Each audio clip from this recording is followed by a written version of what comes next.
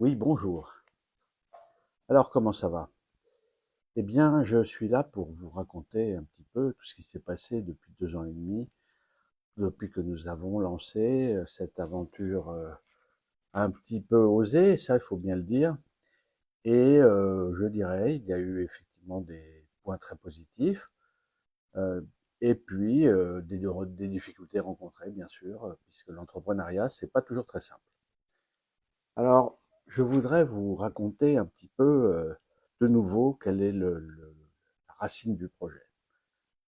La racine du projet, c'est que voyageant dans le Concorde assez régulièrement sur New York, eh bien, j'ai trouvé cette idée dans l'avion. Je dessinais parce que j'ai toujours un carnet de dessin avec moi, eh bien pour essayer de trouver des idées, puis pour passer le temps. Comme je voyageais beaucoup, ben, c'était un petit peu mon deuxième bureau, les avions. Et alors, j'ai commencé à dessiner, à griffonner cette montre elliptique, parce que j'aime la forme elliptique. C'est une forme à la fois solide, féminine, androgyne. Je n'ai pas envie de rentrer dans ces discours de je suis ni l'un ni l'autre, mais c'est vrai qu'elle s'adapte à une femme autant qu'à un homme. Elle rappelle évidemment un peu l'histoire de l'œuf de Christophe Colomb. Vous la connaissez tous, j'imagine. Eh bien, m'inspirant aussi des lectures que je faisais, parce que vous voyez, j'ai une bibliothèque derrière moi qui est assez fournie, et j'en ai encore beaucoup d'autres. J'ai une bibliothèque dans le sud de la France énorme. Après mes études, j'ai étudié Kepler, Copernic, j'ai fait de l'épistémologie des sciences, et avant de finir à mon doctorat où j'ai choisi de rentrer dans le design. Par les montres Kelton, je ne sais pas si vous vous souvenez, changer de vie, changer de Kelton ou quelque chose comme ça. J'ai aussi aimé à l'époque, j'ai eu ma première IMA, j'avais 7 ans à peu près. C'est la montre que l'on donnait à l'âge de raison. Vous vous souvenez? Cet âge de raison, je crois qu'il a un petit peu disparu dans les nouvelles générations, bien malheureusement. Alors, à partir de ça, j'ai commencé à, aussi, je me suis intéressé aux montres à gousset. J'allais au Puce, à Los Encantos, à Barcelone, où j'ai habité. Eh bien, mes parents me donnaient un peu d'argent et j'achetais comme ça des montres à gousset. Et je les faisais parfois remarcher. Mais c'était intuitif. De toute façon, je ne suis pas un horloger de formation. Et quand bien même, je vois beaucoup de marques nouvelles, de nouvelles entreprises qui se créent les jours, chaque jour même. Très sincèrement, les gens disent j'ai dessiné ce modèle. Bon, les carrures sont des standards et les boutons, les poussoirs, les remontoirs, tout est en fait de l'assemblage. C'est pas du design. Le design, c'est vraiment de la création. Et c'est ce que Restrepo Watches offre à ses clients.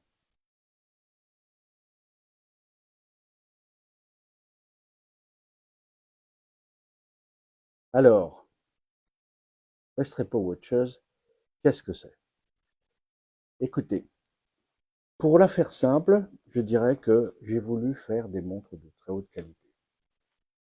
Là, vous voyez, ça, par exemple, celle-ci, ce modèle-là, c'est donc la Dark Warrior, qui est en fait la première gamme de la marque, à savoir qu'elle est à un tarif de 900 euros, 900 euros, ce qui est très raisonnable avec quand même une finition qui surpasse de loin toutes les montres de ce prix-là.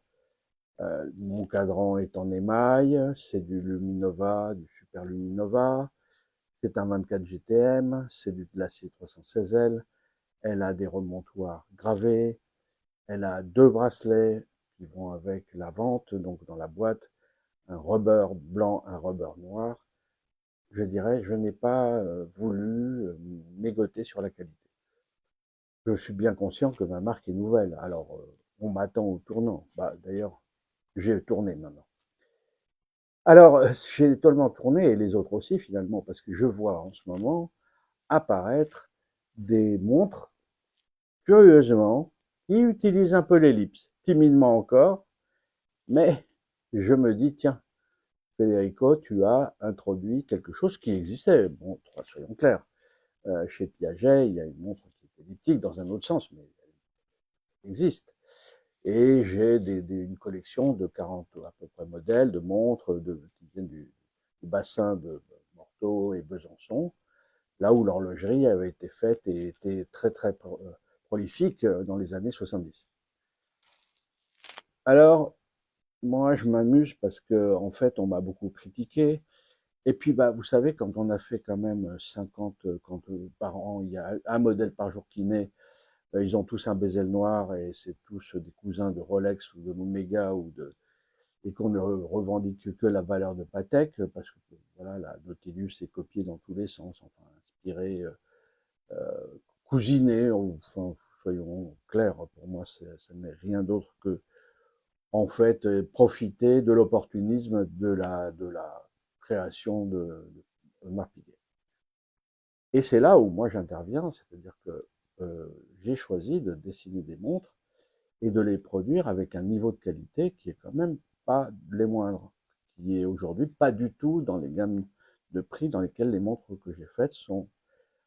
Alors, ma gamme va de 900 € à 5000 €, puisque la dernière, la Mac 2, celle que d'ailleurs je porte ici au poignet, eh bien, avec un rebord noir dans ce cas, eh bien, elle a été assemblée en Suisse, mouvement suisse, comme ma Caballero qui a aussi un mouvement suisse Valjoux, mais non assemblé en Suisse, ce qui très franchement ne m'a pas apporté beaucoup plus de satisfaction, si ce n'est peut-être parce que j'ai écouté les avis des uns et des autres sur le fait d'avoir une Suisse. Mais vous voyez, je suis obligé de la vendre au minimum 5000 €, 4950 exactement. Alors, tout ça pourquoi? Pour un mouvement. Il y a des marques qui aujourd'hui travaillent avec des mouvements autres que suisses. Bien sûr, j'aurais adoré travailler avec un calibre français, mais enfin ma collection est faite. Et à cette époque-là, il n'y avait pas, je ne les connaissais pas en tout cas. Je ne peux pas dire que je connaissais tous les mouvements de la planète, mais bien sûr, je connais les Dubois des Pras euh, et les autres sociétés d'horlogerie ou fabricants de mécanismes. Mais c'est des tarifs qui font que aussi c'est pareil. Les montres, on ne peut pas les vendre à 4000 €, c'est impossible. Ou alors on fait de la philanthropie et bah, écoutez, mes actionnaires et mes investisseurs ne voyaient pas ça sous cet angle. C'est ce qui explique aujourd'hui un peu ma discrétion en termes de vente. C'est qu'aujourd'hui, j'ai décidé bah, d'investir moins, j'ai fait des salons, je me suis trompé sur un manager qui venait de l'horlogerie chez Taguilleur, mais qui s'est avéré quelqu'un qui m'a enfoncé en définitive plutôt que propulsé. Et donc j'ai décidé d'arrêter avec lui. Les community managers, j'ai fait un peu le tour de la question. Aujourd'hui, j'ai une audience qui est de plus en plus grande. Hein, je suis quand même à 70 000 on va dire followers sur Instagram, puisque maintenant c'est la mesure. Moi, au départ, on m'a dit que mes communications étaient un peu étranges, pas bonnes, etc. Ben, n'empêche qu'elles ont quand même réussi à atteindre ce score-là. Et c'est pas faute d'avoir essayé de convaincre mes prestataires des idées que j'avais. Alors, je suis une marque de créateur, j'ai mon idée dans la tête, évidemment, et quand on l'a dans la tête, on l'a pas ailleurs. Alors, j'ai continué, j'ai dessiné des modèles avec des noms aussi particuliers. Voilà, ça c'est la Hasta la Victoria. Un hommage un peu tardif à Che Guevara, qui n'est pas du tout l'homme militaire sanguinaire que l'on décrit.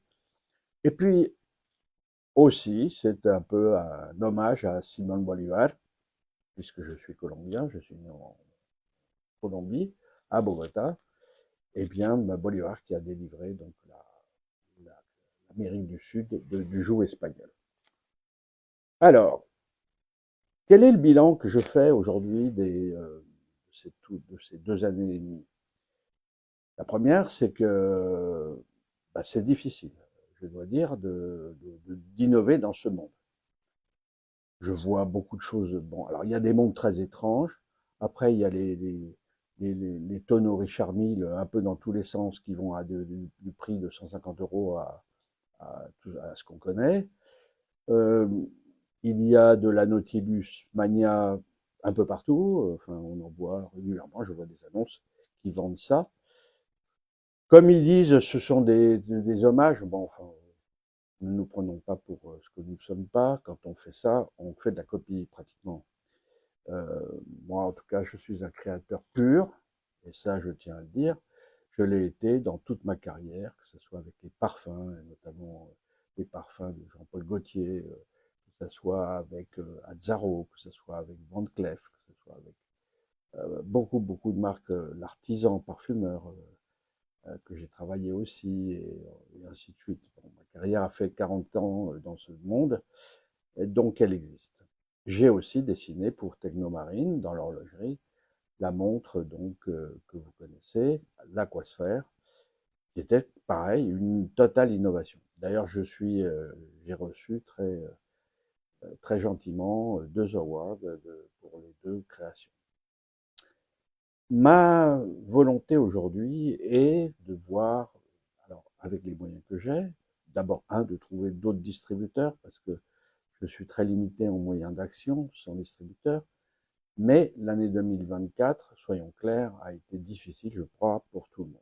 D'après les témoignages et les amis que j'ai maintenant dans ce monde, il est clair que la revendication de la difficulté est là. Alors, on a tous peiné pendant 2024. 2025 s'annonce, on va dire, pour le moment, je ne sais pas, ni fil ni raisin, je n'ai pas de bilan à faire, mais je vois, comme je vous l'ai dit, les petites ellipses cousines qui arrivent sur MacLab, par exemple, je crois, de mémoire. Une autre marque française qui fait une ellipse qui dit que c'est complètement innovant. Enfin, ça va me faire rire trop longtemps parce que après, je vais avoir mal au ventre. Mais en tout cas, voilà, ça, et puis de nouveau, c'est quelque chose qui existait, qui a disparu peut-être du scope, mais qui malgré tout était bien réel. J'ai des Stadium, des montres de Mortima, Morto, Sikura, etc. D'ailleurs, elles se finissaient tous par un A, je n'ai pas compris. Il doit y avoir une raison, mais je ne sais pas laquelle. Yema, voilà, ça se finit aussi par un A. Enfin, c'est assez. Il n'y a pas l'IPA, mais pourquoi pas. Alors, quand j'ai commencé mon travail, j'ai opté pour cette originalité, cette forme très nouvelle, dans le monde de l'horlogerie actuelle, bien entendu. Parce que bon, vous savez, je ne crois pas que de revendiquer qu'on est le plus ancien, le premier, de la foule de la poule est le premier, c'est une question pas passionnante. En revanche, moi, ce que j'ai mis, c'est le paquet sur la fabrication, sur la qualité des ingrédients. C'est comme quand on fait de la bonne cuisine, eh bien, on la fait avec des bons produits. N'importe quel chef, je suis amateur et je suis gastronome, j'adore aller comme dans les restaurants de haut de gamme.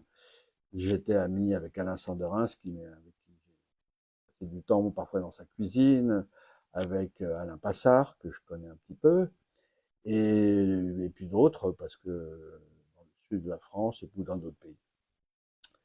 La cuisine, ça se fait avec des bons aliments et avec des bons ingrédients. Alors, j'ai mis tous les ingrédients possibles.